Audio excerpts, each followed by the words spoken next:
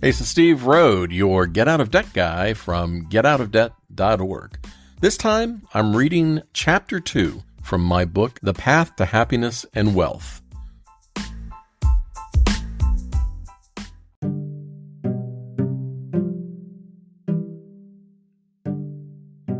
Chapter 2, What Your Money is Trying to Tell You.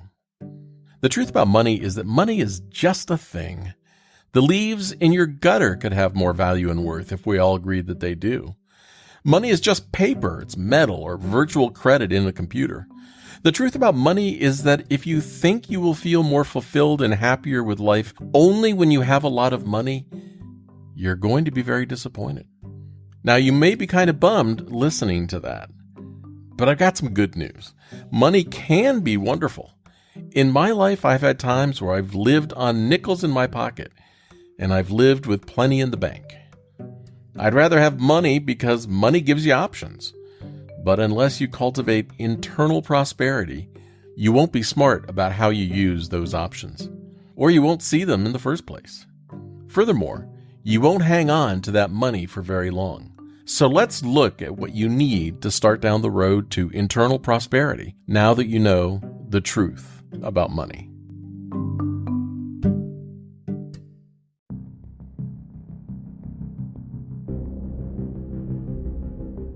It's easy to look wealthy. If you want to project an image of wealth, all you need to do is project the illusion that you have credit, money, or things of value. Most people measure wealth in terms of the amount of things that others want, and the typical unit of measure for wealth is your local currency. So here in the good old United States, it's the US dollar. The dollar is no more than an agreed-upon unit of exchange. It's only valuable because we believe it to be valuable. It's a thing. It's not you. Wealth begins at work. Prosperity begins at home. If you believe that you will suddenly become happier and more satisfied with life just because you earn 50% more per year or win a lot of money, you might be rich in measure, but not in spirit. Surveys among high-income earners show us that no matter how high their incomes, they need at least 50% more income to be happy. At least that's what they believe. Enough will never be enough until you can learn to be happy with what you currently earn. As long as you are unconscious of why and how you use money, it will drip through your fingers. You will never be able to hold on to it. Having money can allow you to do many things you were never able to do before. However, unless you achieve inner prosperity, you may find your new life will be as problematic as it was when you had less. How much is it worth to you to achieve peace, balance, and happiness in life? Would you rather have a lot in the bank, but still feel like something is missing inside of you? Would you sell your soul? The world would say that the only thing you need to be wealthy is money. But unless you can find internal prosperity along the way, more will never be enough.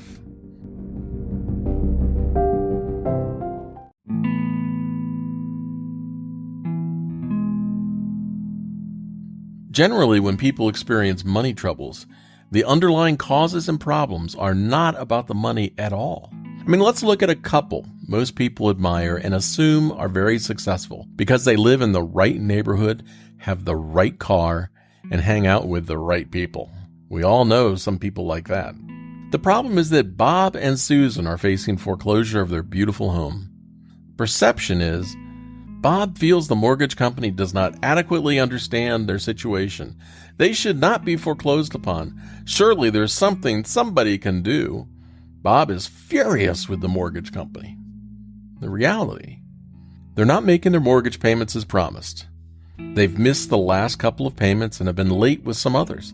Last year, they worked out a repayment arrangement to get caught up on the mortgage, but didn't make the adjusted payments as they had agreed. After all, they had to take their kids on an exclusive vacation to Disney. What would their friends think if they didn't? They already told them that they were going, and goodness, they couldn't back out now. How would that look? The only reason they're in the very expensive house to begin with is they desperately wanted to live in that neighborhood. The in crowd either wants to live there or already does. And Bob works hard. Susan feels they deserve the financial success life owes them. Sure, things are a little tight today, but aren't they for everyone? The last vacation cost a bit more than they had planned and wound up on expensive credit cards. "We'll pay it off next month," they said. Once they moved into their new home, they threw a housewarming party, and everybody knows you have to decorate before people come over. I mean, what will guests sit on? The furniture from the old house didn't fill enough rooms, and besides, it didn't go with the new house. It had to go. The new furniture was very expensive, but the furniture gallery had a great finance plan, and who could say no? Bob and Susan justified their expensive purchase by saying that the furniture was a long-term investment, and so, of course, they filled out the credit application. They had to have it. The new furniture made the window treatments look shabby. Everyone can see the drapes from outside, so the new ones were ordered. Who knew they were that expensive? "Well, we'll just have to put them on the card," they said. A couple of months ago, Bob came home with a sporty new convertible. He hadn't planned on buying it, but a couple guys at work were talking about how cool it was, and before he knew it, he was at the dealership signing some papers and driving home in the new car. "This was a smart move and a great purchase," he said to himself, as he pressed the accelerator a little harder than he should have as he exited the highway. He pictured the relaxing drives he and Susan would take in the country with the top down. They needed to spend some quality time together. Bob felt they just weren't as close as they used to be. The car would help bring them closer together. Because the car only held 2 people, they'd have to get a sitter to watch the kids as they cruised on the back roads to share those lost moments. "I know," he thought. "I'll make a reservation at that bed and breakfast I've been reading about. It's a bit expensive, but it'll be special, and we'll have a great time. The weekend will be perfect." The $200 weekend actually turned out to be a $600 weekend. But goodness knows we needed it, said Bob. The day after Bob bought the car, it was an awesome day at work. The guys could not believe he had purchased it. It was hot. Everyone at work was talking about his sporty wheels in the parking lot. Some were jealous. Bob was the big man in the parking lot this week.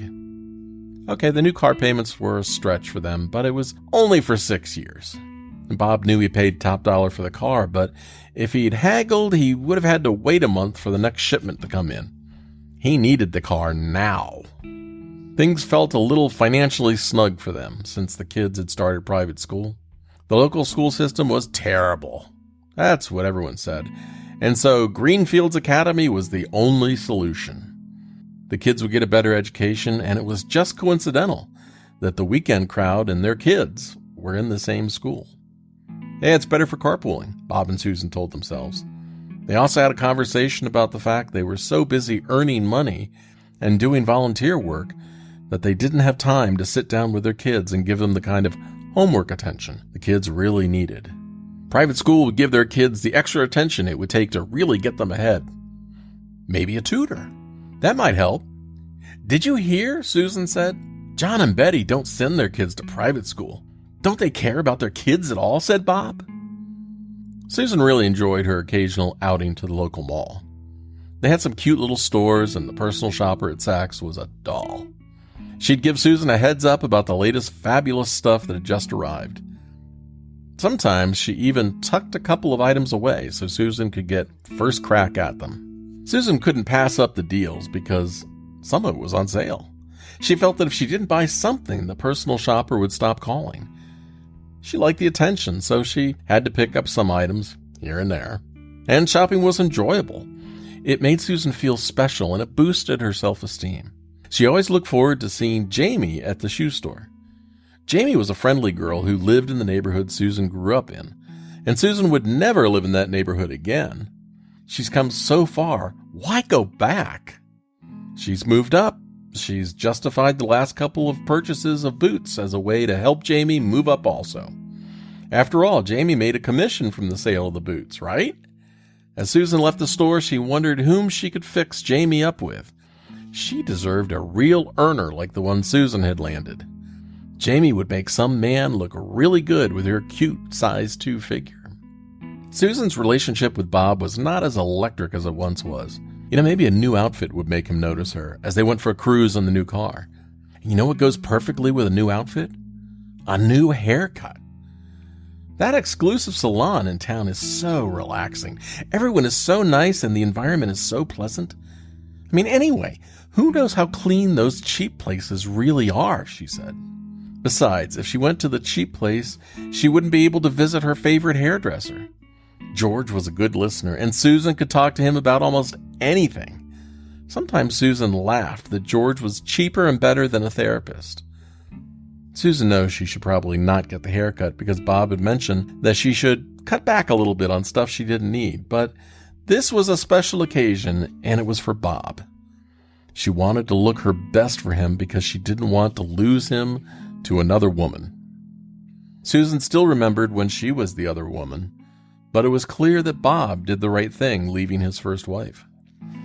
The woman just didn't know how to keep herself up or how much fun Bob could be.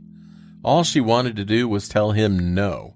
All the time he wanted to buy stuff, she wouldn't let him have any fun. Susan got home a bit late from the salon, and the kids arrived shortly after she did. Susan heard Bob pull into the driveway.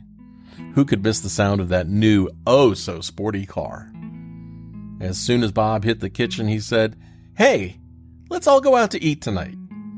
So they all piled into Susan's leased SUV, and off to their favorite restaurant they went. They really enjoyed going to their favorite place. Jimmy, the waiter, greeted them when they came in. He was such a nice guy. Bob always enjoyed talking sports with him, and Jimmy always gave the kids a special treat with dinner. He knew how much they loved chocolate milk, so he'd always bring 2 tall, cold glasses with dinner. He never forgot Bob's double martini either. As they pulled back into the driveway, the headlights passed across the front of the house like a beacon from a lighthouse. In the quick sweep of light, Bob thought the bushes out front looked so much better than those that came in the standard landscaping package with the new home. The neighbors have got to be jealous, he thought. The landscaping company was doing a great job. Sure, they were expensive, but so what? As they came back into their house, Susan noticed that the housekeeper had been there today. She hadn't noticed when she got home earlier because she barely had time to drop her bags and meet the kids before they'd run out. What would she ever do without the housekeeper? Her life was so hectic that she certainly didn't have time to deal with all of the housework. And the house was so big and her volunteer work took up so much of her time. Bob headed for the den to take care of some bills he vaguely remembered were piling up on his desk. It was time to pay them. They were only a little late.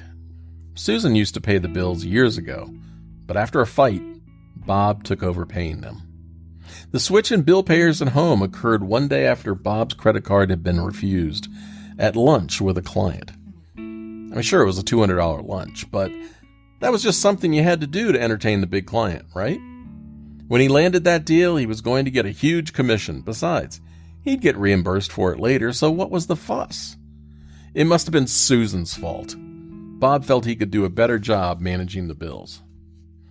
Once Bob yanked the bills from Susan, he called the credit card company and gave them a piece of his mind. How dare they refuse his credit card? So what if he only had a $150 balance available on the card? Raise the damn limit, he yelled into the phone before he slammed it down. Susan heard the conversation from the other room. She was so angry at Bob about the whole thing that she vowed she would never take care of the bills again.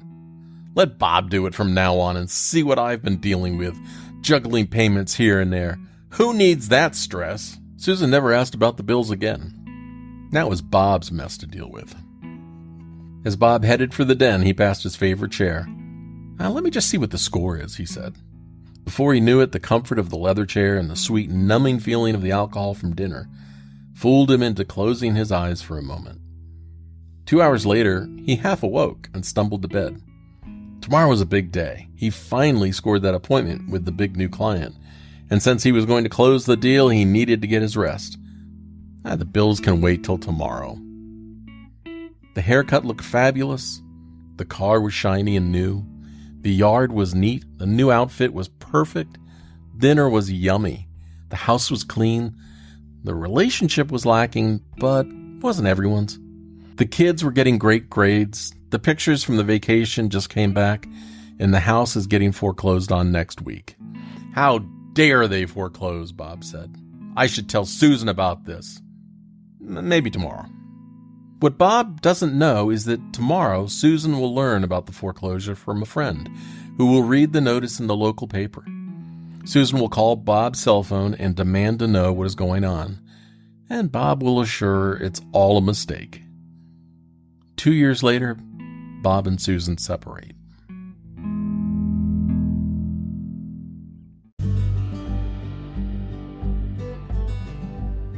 Hi, Steve Rode, your Get Out of Debt guy. If you're listening to this podcast, you probably want to learn more about money, credit, and debt, or you're one of the many good people out there with bad debt and you want it to go away. But stick with me. Together we can make that happen. Either way, I'm here for you, and I believe a better and more financially successful future is ahead. It can be within your grasp. I'd like to ask you for a favor. If you find this or any of my podcasts helpful, please take a moment and leave a review on the podcast platform you're listening on. Your feedback and opinion matter to me, and if I've done a good job, your review helps others to find the podcast as well. And while you're there leaving your review, don't forget to subscribe to the show so that you can be notified when the next episode comes out. Last piece of housekeeping. If you have a question or comment you'd like to hear on an upcoming podcast, you can leave me a voice message at getoutofdebt.org/message. Or leave me a question for me to answer on my website by going to getoutofdebt.org/question. Thank you so much for being a great listener, and I'm sending you a giant virtual hug in return. And now, on with the podcast.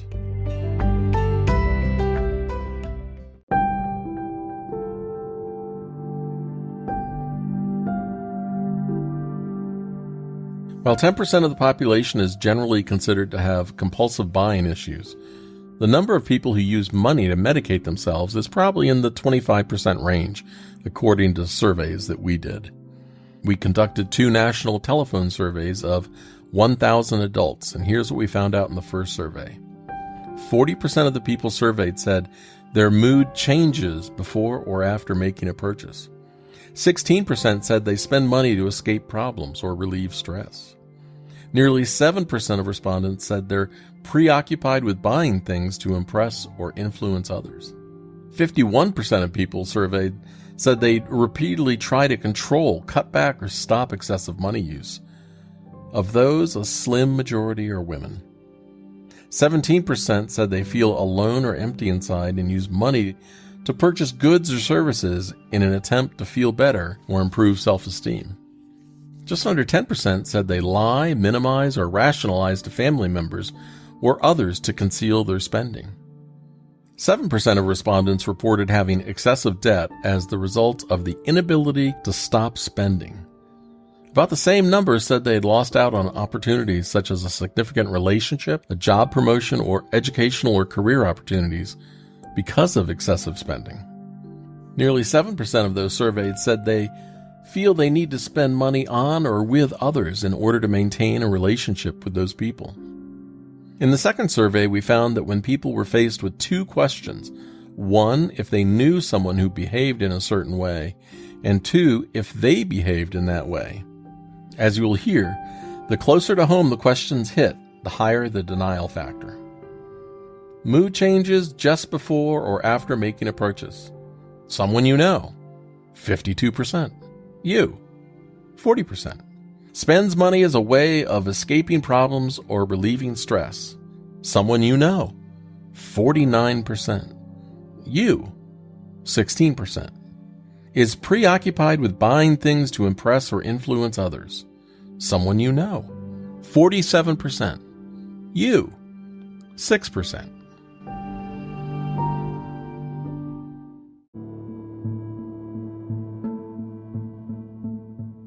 Many people use other forms of spending to alter their feelings about their lives that do not revolve around the typical mall crawl.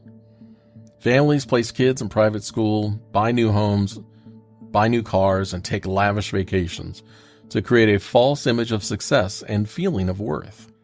These are but a few examples of life spending which drains the bank and can be the result of underlying issues other than simple, overwhelming desire for the item itself. The lack of satisfaction with your life or yourself is a big reason for having less wealth than you desire. You might feel you can never have the wealth you want because you don't deserve it, or you can't hold on to the money long enough to accumulate it. When you constantly medicate yourself with money to create distraction or fleeting emotional relief, you'll find it very difficult to quit. As a drug addict may visit their favorite corner to get a fix, a money abuser will visit their favorite mall or website to inject. When life isn't satisfied with you, or you with life, the mall or website can be a deliciously refreshing place to go. It's warm, well lit, has great stores with cool new stuff, friendly salespeople who are there to fuss over you, and it's got good food courts. For some, there's a heaven, and it's called the mall. When my wife and I were first married, we moved to Florida. The mall was across the street from our apartment, and we used to go there often. Since we didn't know anybody in the area, it was a pleasant distraction. We both realized one day that we must be visiting the mall a little too often because the woman behind the sales counter at the store we didn't buy stuff at greeted us by name as we came through the door. "Hey, Pam and Steve, how you doing today?" As we packed to leave Florida, we were amazed by all the stuff we'd purchased at the mall. No wonder we were carrying a lot of debt. What were we thinking? Oh, that's right. We weren't. We'd been unconsciously masking our boredom with recreational shopping. Someday I'm going to have to do a formal study of malls. I've noticed that malls in the outlying areas are more like community clubhouses. Everyone appears to be very comfortable. Kids use it as a place to congregate and parents as a place to go for distraction. Malls in more exclusive areas are sterile and quiet. They're very reserved, and sometimes you can just smell wannabe in the air. Now try this experiment for yourself. Go to the mall in an outlying area, sit on a bench, and just observe. Next, travel to the most exclusive mall you can get to, and do the same thing. You'll notice a difference in the way people and sales staff behave, and ask yourself, why? Sometimes I go to the mall just to observe people. I study money behaviors. You can learn a lot by watching people attack and defend the mall. Do you realize that about 70% of the stuff people buy at the mall they never intended to buy? When shoppers are stopped as they leave the mall with bags in hand, and they're asked what they purchased, many get it wrong even though they just walked out the door and have the stuff in their hands. They shop so unconsciously that they cannot even identify all of the items they just spent money on. You can actually see some shoppers go into the store looking tense and emerge looking relaxed from having just made the purchase. Unless you know what to watch for, it can be hard to spot the money abusers because they blend in so well and they're everywhere. Do unconscious shoppers have a chance in the mall? Well, not likely. Everything from what you see as you enter the mall to the store, the windows, and the store environment is heavily studied and designed to get you to buy. The same is true for most retail environments. There are a gaggle of white-coated scientists in the back room who watch your every move and know what they need to do in print, radio, TV, online, at the grocery store, or wherever to get you to unconsciously buy.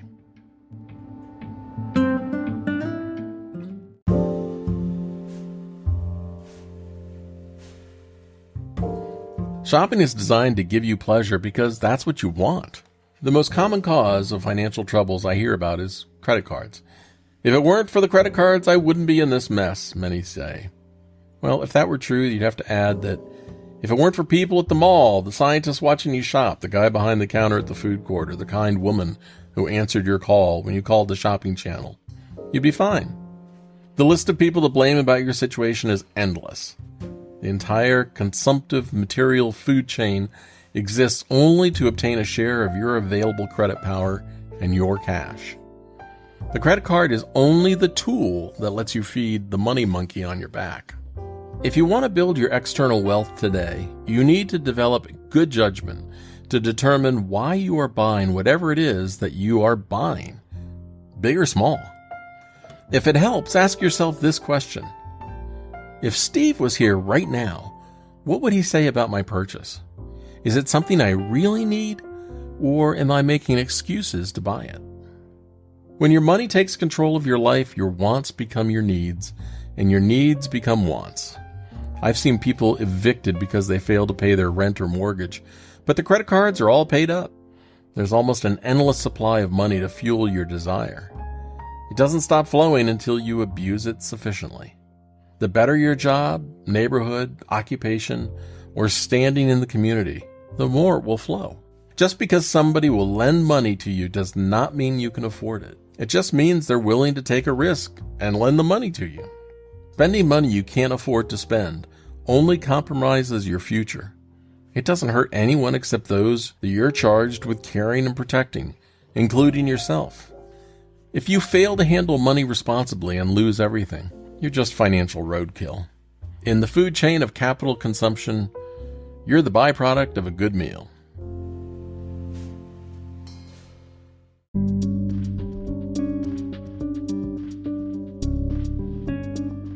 Spank your inner child. Society in general has little compassion for those who can't pay their bills. There's no compassion for middle-class Americans who can only tread water their entire financial lives, never getting out of debt, never getting ahead. Eat, sleep, and consume. Have you ever wondered why people are generally referred to as consumers? Well, that's your default job. You must consume so people can make money for you to consume. If you retire poor, society looks at you as a burden. This all may sound harsh because it is. The person who should give a damn about your financial success is you. You have the power within to change your future. You have the power to put down the money crack pipe and stop feeding your cravings. I talked with Julie recently, who told me she wanted to kick her money habit but didn't want to spend a dime on her recovery. When pressed, Julie said she'd spent about $100,000 using credit to fuel her consumption habit, and now she wants a free solution. Silly. Some complex issues require an investment of time and money to find a solution, something that works for you. Imagine needing a filling in a tooth and finding a self-help book to show you how to do it. Would you whip out your new cordless drill, shank it up with a brilliant titanium bit, and drill away? I hope you don't. However, I do know of a couple that yanked the braces off their kids' teeth with a pair of needle-nose pliers rather than take them to the orthodontist because they didn't want to pay for the proper care. You'll only handle your finances better when you discuss the underlying issues that cause your money to get out of control with someone who understands these issues. Unfortunately, there are very few people who truly understand the depth of these financial issues. You really have to search hard to find someone who can help. It's not a subject that most therapists, accountants, bankers, lawyers, debt coaches, credit counselors even understand. The good news is there is hope and there is help. If you find that in listening to my book, you uncover some emotional issues, seek help for those issues. It can be just as simple as a financial retreat, or classes that prompt you to think about your issues with money. Or therapy can be a blessing for many to explore the you within, and that can be very meaningful. Rather than stumbling around, seek help to find your path. Maybe you feel bad about the way you use money in your life. Frankly, you're beating yourself up for nothing. First, that was in the past, and right now, you can begin your new life. Second, a lot of your money behavior still is beyond your control and you're unaware of it. You have to learn who you are first. Our psychosocial framework influences some of the way we handle money, credit, and debt. Who we are, our environment, and social world. Those things that subconsciously influence us, our personalities, behavior, the chemicals in our brains, and even our neural pathways, which are hardwired in our brains, also regulated. Now, I'm not saying that you're a victim. I'm saying that there are many things that control you that you may not be aware of. The trick is becoming aware of these things and working to minimize their impact on your behavior in the future. Life is full of hidden and secret signals that cause us to use money to medicate ourselves. While you may not be able to completely identify those signals at first, you will begin to recognize them when you find yourself handing over your credit card or money to purchase something you really don't even care about.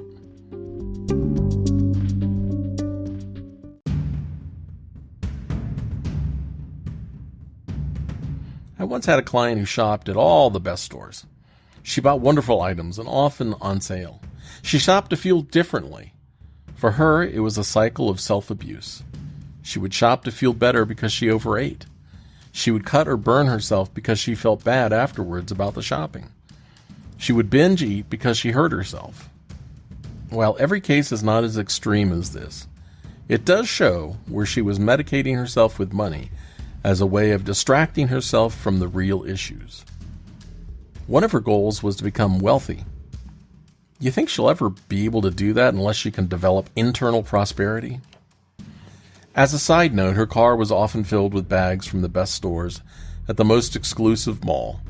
The bags were full of things she would never wear or use. She was afraid to return them for fear of what the salespeople would think about her. What irrational money beliefs do you have? Then there are the cases of women who can't stop buying things for their young children. These tots are always dressed in the most fashionable designer clothes, and they have so many toys that they spill into almost every room in the house. One woman's shopping habit has created a terrible strain on her relationship with her husband. The financial impact has been significant. He simply wants her to stop and doesn't want to deal with much else. The more I learned about her life and spending, the more it became clear that her relationship with her husband was not very emotionally rewarding, and it was really quite difficult. One day she finally came out and said, "I guess I buy stuff for the kids all the time because they appreciate it and give me hugs, since I don't feel love in other parts of my life. Buying the stuff for them and getting those hugs just makes me feel good." Do you think she's going to stop spending too much without addressing the underlying issues that prompt her to do it? How about the guy that was the CFO of a corporation going public, and he couldn't stop day trading? His brain craved the rush he'd get from the big score. The big purchase would make him $10,000 in one day. Unfortunately, that was the exception rather than the rule, and he'd go on to lose many times more, chasing his dreams of the next big score. While he was a logical and intelligent gentleman, he could not see his financial path was very unlikely to be successful. He was essentially gambling using the stock market, but he couldn't see it since it was stocks, not poker chips. He could care less about what he was buying and selling. He only cared about the rush he felt when he made the big score. He craved the rush. It was a drug for him. Then there are many clients who gamble on their own home-based businesses. Rather than address the issues within themselves, they attempt to flee their jobs to take refuge in the illusion that if they were their own bosses, they'd be able to make so much more money and be fabulously happy. Bill started his own business and invested about $100,000 in it. Most of the money was taken as cash advances from credit cards, but some was essentially stolen from the stepkids' college funds, borrowed without permission. His wife, while upset that he had done this, encouraged his new business because she thought it would finally make him happy. Bill's business was an out-of-the-box failure. It was not well planned. He had no experience in running a business. It was a true non-starter. Bill had invested in internet marketing. He hoped to score big on the web by selling products and services. He actually didn't understand how the internet functioned or how to make a sale. In fact, Bill hated selling. The reality was that Bill didn't really want to start his own business. What he really wanted to do was be distracted from his current life. I think the saddest part of Bill's story is that he ended up refusing to continue his work with me because he insisted on keeping 3 credit card accounts open and available to him, saying he needed them for the next business idea. His wife supported him on this and angrily said, "What is he going to do if he can't play with the business on the side?" One of my favorite "it's not about the money" stories is about a client who had been told to file bankruptcy. She had gone to credit counseling and been turned away, as many people are. Bankruptcy is your only answer, they said.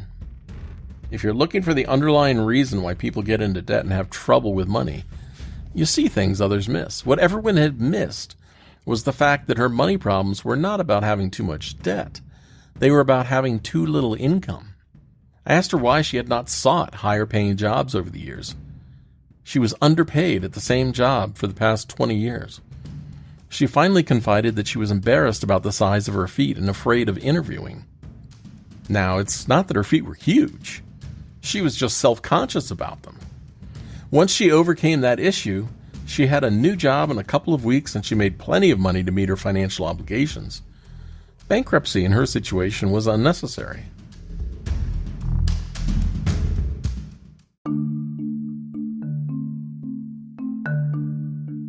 Here are some questions and guidelines to help you identify unresolved money issues. How do I know if I have money problems? Ask yourself the following questions and see if you answer yes to any of them. If you do, you've got some underlying issues. Number 1, do you have repeated unsuccessful efforts to control, cut back, or stop excessive money use? Number 2, do you feel alone or empty inside and use money to purchase goods or services in an attempt to feel better or improve self-esteem? Number 3, does your mood change just before or after spending money? Number 4, do you spend money as a way of escaping problems or relieving stress?